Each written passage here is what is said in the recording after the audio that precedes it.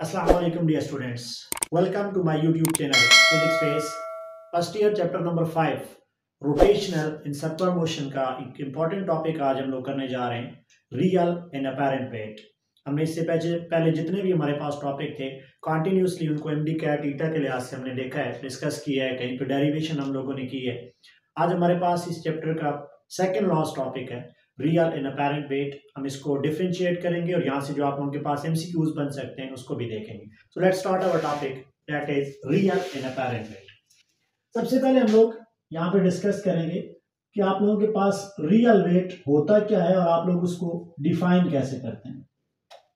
Real weight of a body, किसी body का real wait आप लोगों के पास क्या होता है। रियल वेट को डिफाइन करने के लिए आप लोग लिख सकते हैं फोर्स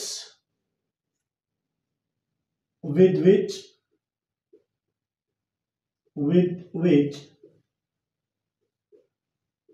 earth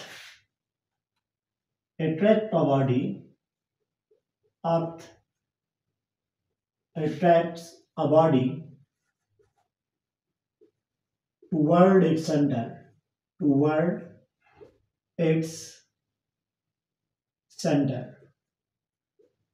मतलब ये स्टेटमेंट देख के हमें समझ आ रहा है कि रियल वेट आप लोगों के पास वो वेट, वो फोर्स होती है जिससे जमीन किसी बॉडी को अपनी तरफ खींच रही होती है। तो आप लोग सिंपली यहां पे लिख सकते हो ग्रेविटेशनल जो पुल आप लोगों के पास होता है from the earth, gravitational pull from the earth, जो अर्थ से आप लोगों के पास ग्रेविटेशनल पुल होता है, आप लोग उसी को बेसिकली कह रहे होते हैं। ये आप लोगों के पास क्या होता है, ये आप लोगों के पास होता है रियल वेट। फॉर एग्जांपल कि अगर आप लोग यहां पे कंसिडर करें कि ये आप लोगों के पास अर्थ है और ये आप लोगों के पास अर्थ का सेंटर है, यहां पे कोई ऑब्जेक्ट पड़ा हुआ है जिसका मैस आप लोगों के पास क्या है, लेट करें इसका मैस आप लोगों के पास है m। अब यहां पे अर्थ सरफेस पे पड़ा हुआ है, तो यहां से जो सेंटर ऑफ अर्थ से आप लोगों के पास अर्थ इस ऑब्जेक्ट को अपनी तरफ खींच रही है, जिस फोर्स के साथ खींचेगी उस फोर्स को आप लोग क्या कह रहे होते हो, ये आप लोगों के पास होता है रियल वेट। अब आप लोग अगर देखें यहां पे तो ये चीज आप लोगों के पास आ जाती है radius of earth. Mass of earth को आप लोग कैसे लेते हो, देते हैं एम ई।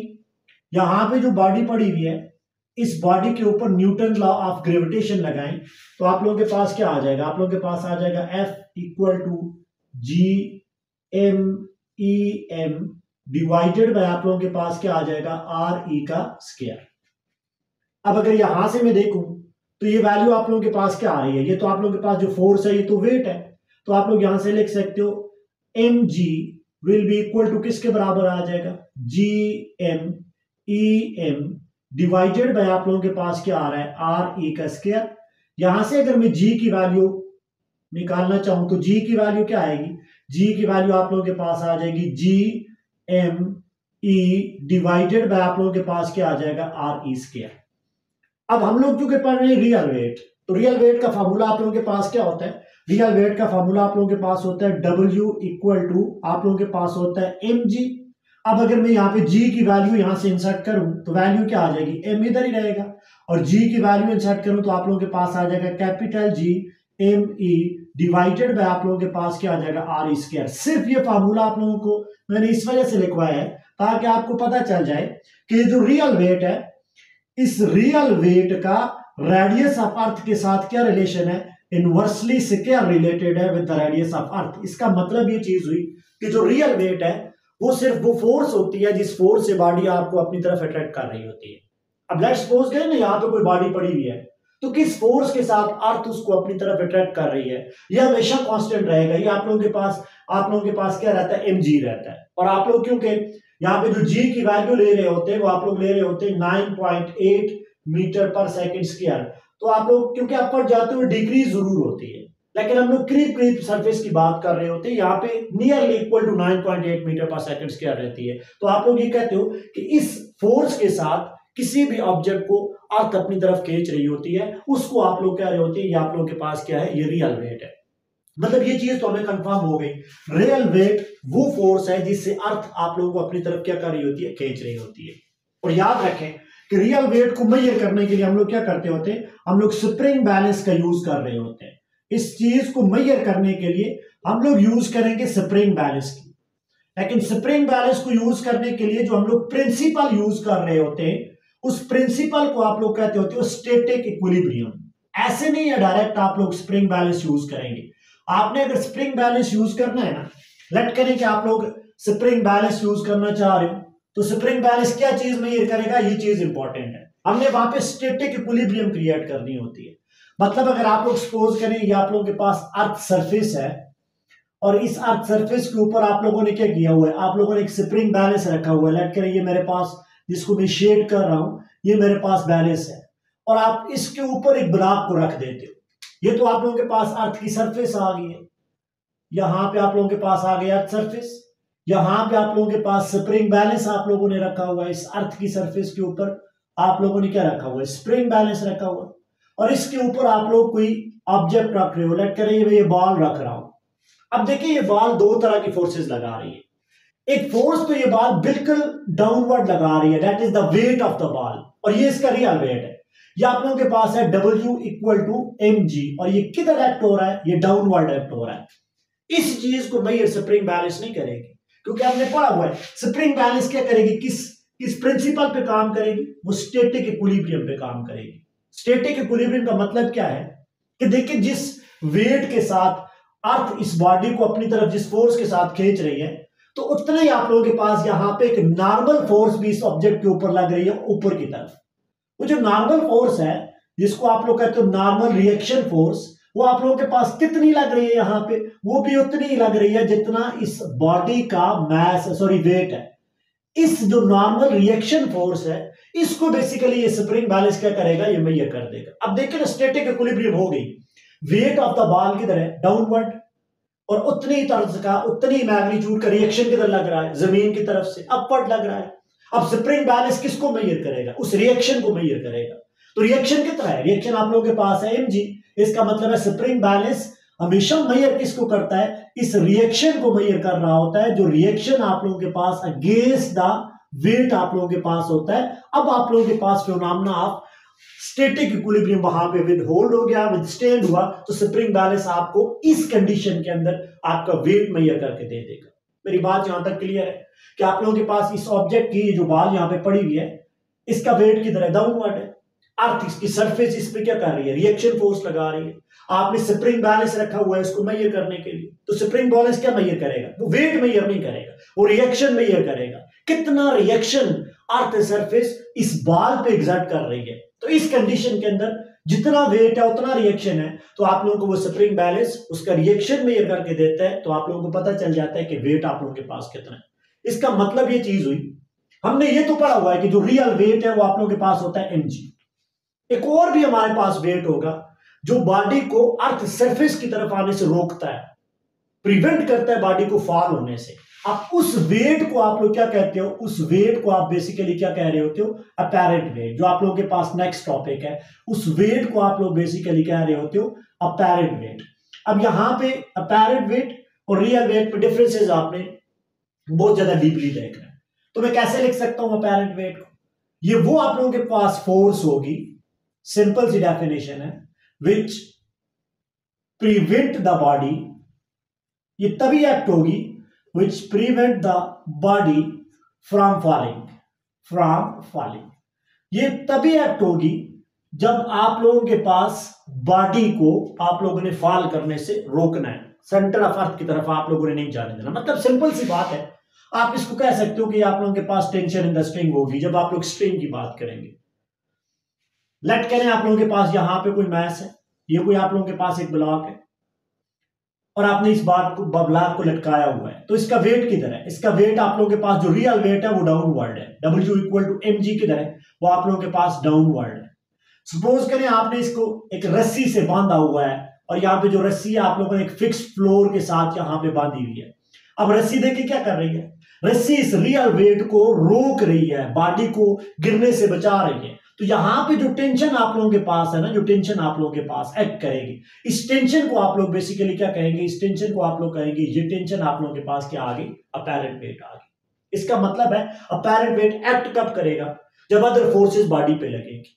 यहां पे तो फोर्सेस बैलेंस है, सीडो फोर्सेस इनको कहा जाता है। जब अंडर जीरो फोर्सेस लगेंगे तो हम लोग देखेंगे टेंशन बाज दफा बड़ी होगी, बाज दफा वेट बड़ा होगा, बाज दफा इस केस के अंदर देखें यहाँ पे टेंशन और वेट आप लोगों के पास क्या है, वो इक्वल है। सो जो अपैरेंट वेट हो सकता है, जो बॉडी का अपैरेंट वेट होता है, अपैरेंट वेट, इसकी तीन कंडीशंस आप लोगों के पास आ सकती है। हो सकता है apparent weight equal to the real weight हो जाए, ये कंडीशन नंबर 1 हो सकती है। हो सकता है ये ग्रेटर देन आप लोगों के पास रियल वेट आ जाए, और हो सकता है ये लेस देन भी रियल वेट आ जाए, और ये भी हो सकता है कि अपैरेंट वेट 0 आ जाए। डिपेंड करेगा कंडीशन के ऊपर, मोशन के ऊपर, कि किस तरह का आप लोगों के पास मोशन है। तो हम लोग यहाँ पे एलिवेटर की एग्जांपल लेके इसको भी डिफाइन करेंगे। लेकिन अभी तक दो चीज आपने देखी, वो क्या चीज देखी है? रियल वेट क्या है? रियल वेट है अर्थ किसी बॉडी को अपनी तरफ खींच रही है। अब उसको मेजर करने के लिए हमें स्टैटिक इक्विलिब्रियम वाले फिनोमेना पे जाना है, स्प्रिंग बैलेंस पे जाना है। अब अपैरेंट वेट भी मेजर होता है स्प्रिंग बैलेंस, और रियल वेट भी मेजर होता है। स्प्रिंग बैलेंस क्या करेगा? Spring balance reaction, normal reaction measure करता है, कितना रिएक्शन आपको उस बॉडी पे लग रहा है। अब जितना रिएक्शन होगा वो मेजर करके आप लोगों को दे देगा। इसका मतलब है we must have another weight that is known as apparent weight, जो बॉडी को क्या करता है? गिरने से रोकता है। अब उसकी एग्जांपल हम लोग करते हैं, डिफरेंट केसेस करते हैं, एलिवेटर के केसेस हैं, यहां से एमडी कैट ईटा में क्वेश्चन आते होते हैं, हम उनको यहाँ पे डीपली डिस्कस करेंगे। चलिए केस नंबर 1 को देख लें। यहाँ पे केस नंबर 1 आप लोग देख लें, जब आप लोग अपैरेंट और रियल वेट के दरमियान रिलेशंस को देखेंगे। लेट करें आप लोगों के पास जो एलिवेटर है, जिसको आप लोग लिफ्ट कहते होते हैं, ये रेस्ट में है, is at rest, or moving with uniform velocity। मतलब क्या है?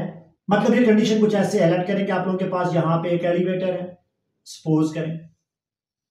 इस एलिवेटर के अंदर मैंने क्या किया हुआ है, यहां पे एक स्प्रिंग बैलेंस रखा हुआ है, ये स्प्रिंग बैलेंस है, और स्प्रिंग बैलेंस के साथ मैंने किसी एक मास को क्या किया हुआ है? अटैच किया हुआ है। अब ये कंडीशन आप लोगों के पास है, लेकिन प्रॉब्लम क्या है? कंडीशन मैंने क्या किया हुआ है? कंडीशन मैंने किया हुआ है कि जो एलिवेटर है वो किस में है? रेस्ट में है। एलिवेटर रेस्ट में है या मूव कर रही है यूनिफॉर्म वेलोसिटी के साथ। इन दोनों कंडीशन में आप लोगों के पास एक्सेलरेशन क्या है? एक्सेलरेशन आप लोगों के पास क्या है? यहाँ पे 0 है। मतलब ये इक्विलिब्रियम वाली केस आ गया आपके पास। अगर तो रेस्ट में है तो स्टैटिक इक्विलिब्रियम आ गया, और अगर यूनिफॉर्म वेलोसिटी के साथ मूव कर रहा है तो आप लोगों के पास डायनामिक इक्विलिब्रियम आ जाएगा। लेकिन इक्विलिब्रियम है, एक्सेलरेशन क्या है? 0 है। मतलब हम लोग क्या कह रहे हैं? हम लोग ये कह रहे हैं कि इसका वेट जो है वो डाउनवर्ड एक्ट कर रहा है, टेंशन जो है वो अपवर्ड एक्ट कर रही है, लेकिन कोई एक्सेलरेशन नहीं है। अच्छा, एक्सेलरेशन नहीं है तो हम लोग न्यूटन सेकंड लॉ लगाते हैं। अब जब एक्सेलरेशन नहीं है तो हम लोग हमेशा इस केसेस को, एलिवेटर के केसेस को डिस्कस करने के लिए आप लोग न्यूटन सेकंड लॉ अप्लाई करें। एक्सेलरेशन 0 तो आप लोगों के पास apply Newton second law. Second law of motion आप लोगों को क्या बता रहे हैं? सेकंड लॉ आप लोगों को यहाँ पे क्या बताएगा? हम लोग देखेंगे जो टोटल फोर्सेज इस पे लग रही है एफ नेट, वो कितनी है? वो तो अभी तक 2 फोर्सेज लग रही है। Tension is acting in upward direction, जो अपैरेंट वेट है, और वेट की तरह, रियल वेट की तरह एक्ट कर रहा है डाउनवर्ड। अब यहां पे आप लोग क्या लिखेंगे? T minus W. माइनस मैंने इस वजह से लिखा है कि दोनों की डायरेक्शन क्या है? अपोजिट है। टी अपवर्ड है और डब्ल्यू की तरह वो डाउनवर्ड है। अब अगर यहां पे देखें तो आप लोगों के पास एफ किसके बराबर होता है? एफ एम ए के बराबर होता है, is equal to T minus क्या हो जाएगा? डब्ल्यू हो जाएगा। हमें पता है एक्सेलरेशन क्या है? 0 है, तो ये कंडीशन आप लोगों के पास क्या आ जाएगी? 0 equal to T minus W. अगर डब्ल्यू को मैं इधर प्रोसीड करूं तो आप लोगों के पास क्या आ जाएगा? इस केस के अंदर जो आप लोगों के पास स्टैटिक इक्विलिब्रियम वाला केस था, तो आपका अगर स्प्रिंग बैलेंस भी हुआ तो आप लोगों के पास वो दोनों चीजें मेजर कर सकता है। वो आपको बताएगा जो टेंशन है या अपैरेंट वेट है वो उतना ही है जितना आपके पास क्या है? रियल वेट है, जो हमने यहां पे देखा था। इसका मतलब है in this case the tension और the apparent weight is equal to the real weight. कब? जब आप लोग बात कर रहे होते हो जब आपका एलिवेटर या तो रेस्ट में होता है या फिर आपके पास यूनिफॉर्म वेलोसिटी के साथ मूव कर रहा होता है, चाहे अपवर्ड मूव कर रहा है या डाउनवर्ड मूव कर रहा है। एक्सेलरेशन नहीं है, कुछ टाइम के बाद आप लोगों के पास वो यूनिफॉर्मली मूव कर रहा होता है। ये तो केस नंबर 1 आ गई। केस नंबर 1 क्या है? एक्सेलरेशन 0, एक्सेलरेशन 0 तो apparent weight is equal to the real weight. कोई बड़ा छोटा यहां पे नहीं है। अब केस नंबर 2 आप लोग देख लें। अब केस नंबर 2 देख लें। केस नंबर 2 आप लोगों के पास क्या है? केस नंबर 2 आप लोगों के पास है elevator is accelerating upward. Acceleration है, और किधर एक्सेलरेशन है? Upward acceleration. मतलब ये चीज कह रहा है कि लेट करें आप लोगों के पास यहां पे कोई एक एलिवेटर है, या आप लोगों के पास एक लिफ्ट है।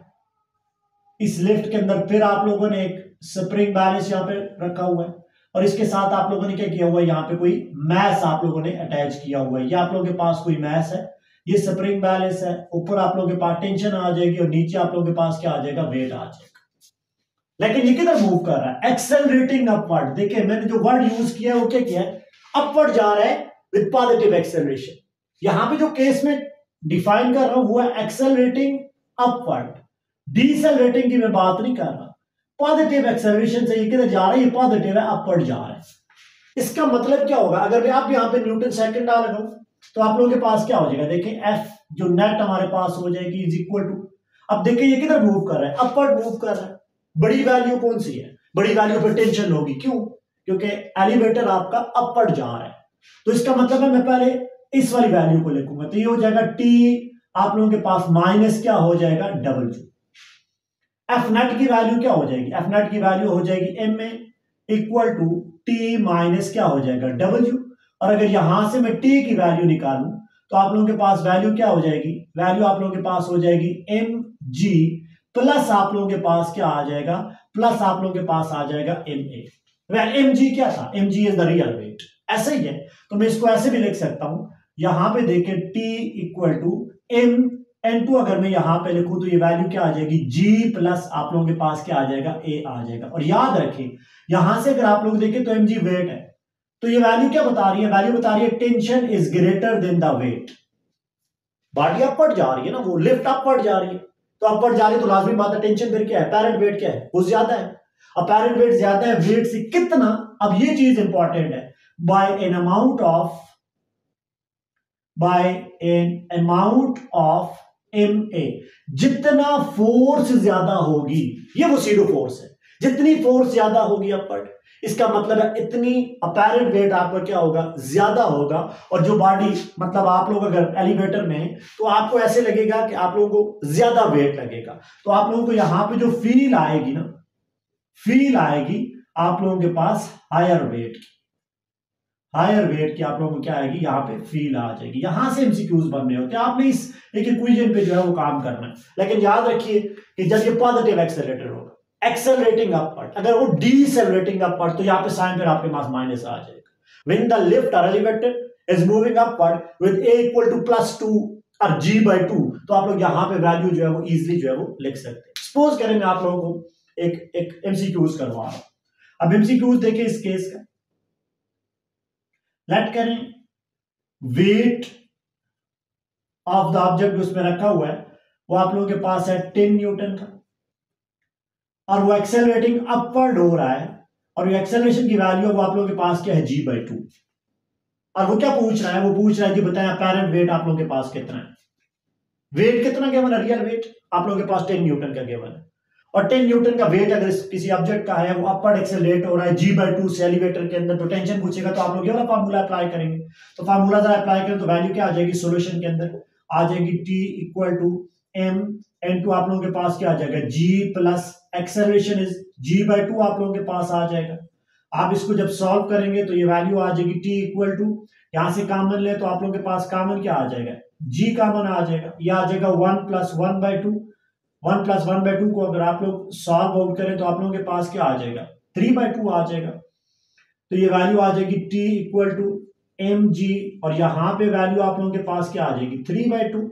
अब mg क्या है? ये mg तो वेट है ना, this mg is a weight, और वेट कितना है?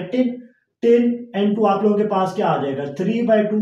ये कैंसिल हो जाएगा तो वैल्यू क्या आ जाएगी? 15 न्यूटन। तो अब आप लोग देखिए अपैरेंट वेट कितना आ गया? 15 न्यूटन। अब देखिए ना अपैरेंट वेट कितना है? 15 न्यूटन। रियल वेट कितना है? 10 न्यूटन। बॉडी किधर प्रोसीड कर रही थी? अपवर्ड जा रही थी, तो अपवर्ड में टेंशन क्या होगी? मतलब अपैरेंट वेट क्या होगा? वो ज्यादा होगा। वो आप लोगों को यहां से कैलकुलेशन से नजर आ रहा है। बाय अमाउंट ऑफ m में आप लोगों के पास अपैरेंट वेट क्या हो जाएगा? ज्यादा हो जाएगा। मतलब whenever an elevator is moving in upward direction, तो आप लोग सिंपली जो है एक्सेलरेटिंग अपवर्ड है, तो जो अपेरेंट वेट हो जाएगा वो किसके बराबर हो जाएगा, वो हो जाएगा m n2, आप लोगों के पास आ जाएगा g+2। ये केस नंबर 2 है। अब देखिए हमारे पास केस नंबर हमारे पास आ जाएगा 3। एलिवेटर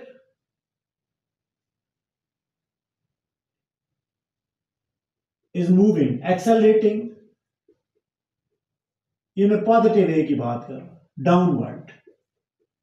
अब अपवर्ड नहीं मूव करेगा, अब किधर मूव करेगा, अब डाउनवर्ड मूव करेगा।